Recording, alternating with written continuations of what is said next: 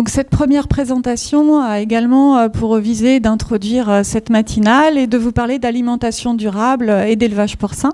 Donc je vais reprendre aussi pas mal de points mentionnés par Barbara. Donc tout d'abord, l'alimentation durable, une définition, c'est l'ensemble de pratiques alimentaires qui visent à nourrir les êtres humains en qualité et en quantité suffisante, dans le respect de l'environnement, en étant accessible économiquement et rémunératrice sur l'ensemble de la chaîne alimentaire.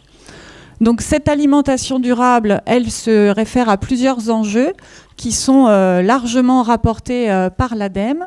Tout d'abord, il y a des questions de santé avec l'augmentation de maladies en lien avec l'alimentation constatée ces dernières années, et notamment l'obésité. Il y a des questions d'environnement, puisque en France, un quart de nos émissions de gaz à effet de serre sont liées à notre alimentation. Également des questions d'emploi, puisque ce secteur-là concerne 12% de l'emploi en France, donc c'est non négligeable. Des questions d'occupation des terres et de souveraineté alimentaire. Donc les Français aujourd'hui, ils requièrent 26 millions d'hectares pour se nourrir, sachant qu'on a en France 29 millions d'hectares cultivables. Également des questions de sécurité alimentaire mondiale. On a une dynamique d'augmentation de la population annoncée pour 2050 et avec également une évolution des régimes de ces personnes-là allant vers des régimes plus carnés. Donc on s'attend à une demande en viande plus importante, même s'il y a des évolutions de consommation à la baisse en France. Et puis également des questions d'accessibilité économique. Là, on a plutôt un budget consacré à l'alimentation qui diminue pour l'instant, mais voilà, ça rentre dans les enjeux de l'alimentation durable. Et donc, par rapport à tout ça, il y a des recommandations qui sont données aux consommateurs. Donc, je vous ai figuré en gras celles qui vont concerner de plus près les élevages. Donc, d'abord, ça a été dit en introduction, manger moins de viande.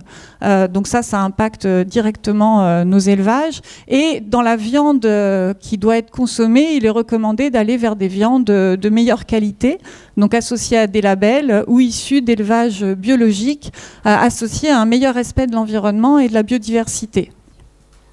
Également une diversification du régime alimentaire avec une substitution donc de la part de protéines animales par des protéines végétales et notamment des légumineuses.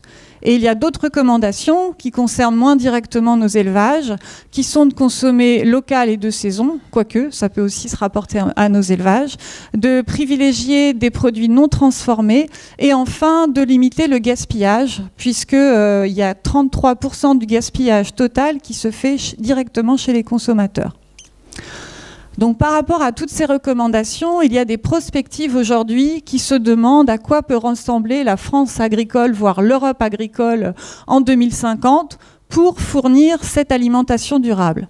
Donc j'en ai relevé deux et je vais vous montrer dans ces prospectives l'impact qu'il y a sur les élevages porcins. Donc la première, c'est la prospective AFTER, elle a été réalisée par Solagro. Donc leur clé d'entrée, c'est d'aller vers une alimentation durable et donc d'améliorer la santé des concitoyens. Et pour ce faire, en respectant les recommandations de l'OMS concernant la quantité de protéines consommées par jour. Donc ça revient à réduire de 50% notre consommation de protéines par rapport à ce que nous faisions en 2010. Et donc, ils envisagent de réduire de façon équivalente les différentes productions animales de 50% et donc une réduction de 50% de la production porcine. Après, au sein des systèmes, ils envisagent également une migration vers des systèmes plus diversifiés. Donc vous voyez ici représenté en mauve l'élevage conventionnel qui en 2050 sera très minoritaire.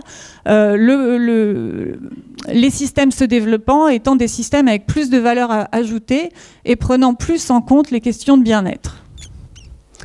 Pour la deuxième prospective, TIFA, qui a été réalisée par l'IDDRI, eux, leur clé d'entrée, c'est d'améliorer la biodiversité et de réduire l'impact sur le changement climatique. Et donc, pour améliorer la biodiversité, ils prévoient le redéploiement des prairies extensives et la suppression totale de pesticides et d'engrais de synthèse au niveau européen. Donc, ça se traduit par une réduction de la productivité des systèmes, globalement. Et si vous voyez ici l'incidence sur nos productions animales, il y a une réduction des productions animales avec un maintien pour autant de la production bovine qui occupera les prairies extensives et une réduction surtout sur la production porcine et avicole. Donc, en synthèse, vous voyez que les recommandations et les prospectives pour une alimentation durable ont de fortes conséquences sur la production porcine, avec une réduction de consommation et donc de production attendue, et une attente sur de la diversification de systèmes. Donc, il est important que la recherche-développement participe à cette mutation pour continuer d'évaluer les systèmes et de proposer des systèmes qui seraient compatibles avec cette alimentation durable. Voilà pour la première présentation. Merci Sandrine.